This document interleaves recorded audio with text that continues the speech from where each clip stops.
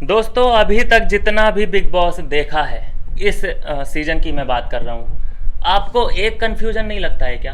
ये कुनी का जो है, आंटी जी जो राजमाता बनी हुई है, ये मृदुल के बहुत करीब है। आपने देखा होगा उसकी तारीफ करते हुए नज़र आती है कि बड़ा ही पारिवारिक लड़का है, ये तो बहुत ही अच्छा है।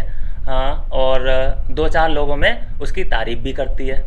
एक ये वाला पेज हो गया, एक वो वाला पेज देखा है आपने कि जब कोई ओपिनियन वाली बात होती है, जब बिग बॉस की तरफ से एक आदेश आता है कि भाई अपने सहमति से आपको ये डिसीजन लेना है, तो वहाँ पे जब मृदुल बोलना शुरू करता है तो कुनिका उसको कैसे चुप कराती है कि कुनिका की मतलब मृदुल को डोमिनेट कोई कर रहा है घर के अंदर, तो सिर्फ और सिर्फ कुनिका कर रही है। मैंने कई बार नोटिस कर ली है ये बात कि जब भी मृदुल बोलने की कोशिश करता है सभा में, तो सबसे पहले यही उसको पॉइंट आउट करती है कि अरे नीचे बैठ जा, नीचे बैठ के बोल, लीडरगिरी मत कर। अभी आज की ही बात है, कैमरे में बोल रहा था कुछ मृदुल, और इसने देख लिया उसे कैमरे में कुछ बातचीत करते हुए।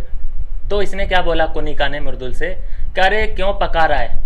मतलब ये बहुत बड़ी वाली औरत है भाई, ये इसको तुम माँ के दर्जे में मत गिनो। ये औरतें बहुत अय्याश करके, ये सब फूंका फांकी करके तब यहाँ तक पहुँची हैं, और इनके इतने डार्क सीक्रेट हैं, इतने डार्क सीक्रेट हैं कि आप ना ऐसे कर लोगे भाई। फिल्म इंडस्ट्री के बहुत डार्क सीक्रेट होते हैं, और वैसा ही इस कुनिका का भी डार्क सीक्रेट बहुत ज़्यादा होंगे।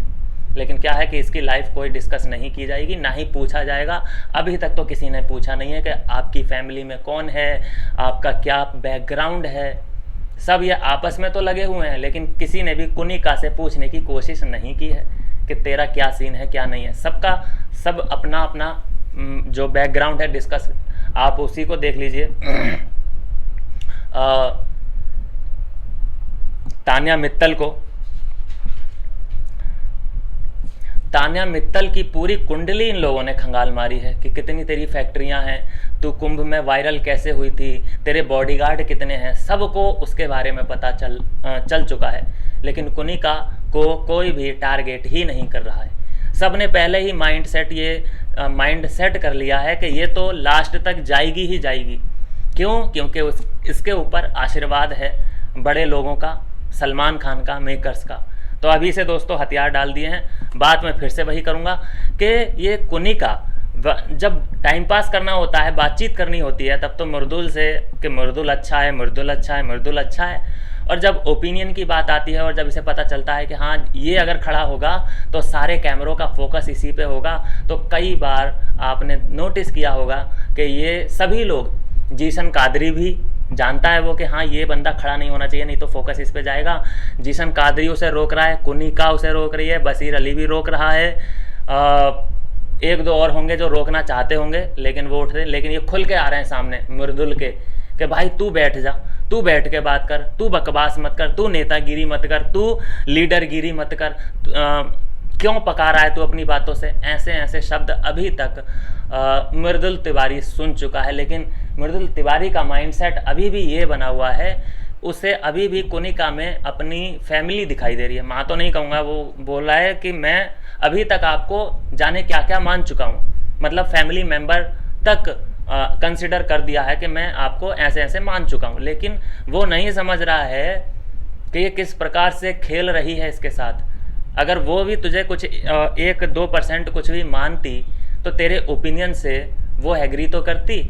लेकिन तेरे ओपिनियन जब बेड पे तुम लोग लेटे होते हो, जब तुम सोफे पे बैठ के बातचीत कर रहे होते हो, उन ओपिनियन को वो हाथों हाथ लेती है और तेरी हंसी में हंसती है और उसे तेरी बातें बड़ी अच्छी लगती हैं।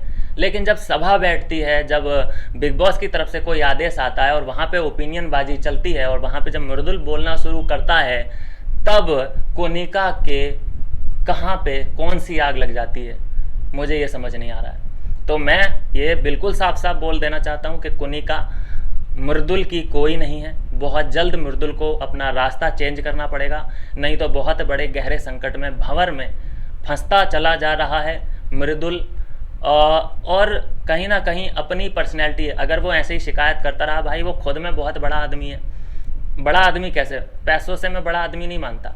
पैसे पैसे पीछे पीछे आते हैं अगर फैंस का सपोर्ट मिलता रहे तो।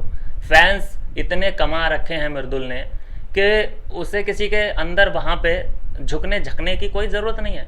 हाँ, सबके ओपिनियन का तुम रिस्पेक्ट करो, लेकिन किसी की चमचागिरी मत करो कि मैं आपको ये मान चुका हूँ, मैं आपको वो मान चुका हूँ। अब मानो उसको जो तुम्हें भी माने ना। अब तुम अकेले में तो मान रहे हो उसको, लेकिन जब तुम बोलना शुरू करते हो स्टेज पे या कहीं पे भी, तो वो ऐसे धुतकार के तुम्हें नीचे बिठा दिया जाता है, तुम्हारी बेइज्जती कर दी जाती है कि तू बैठ जा, लीडरगिरी मत कर।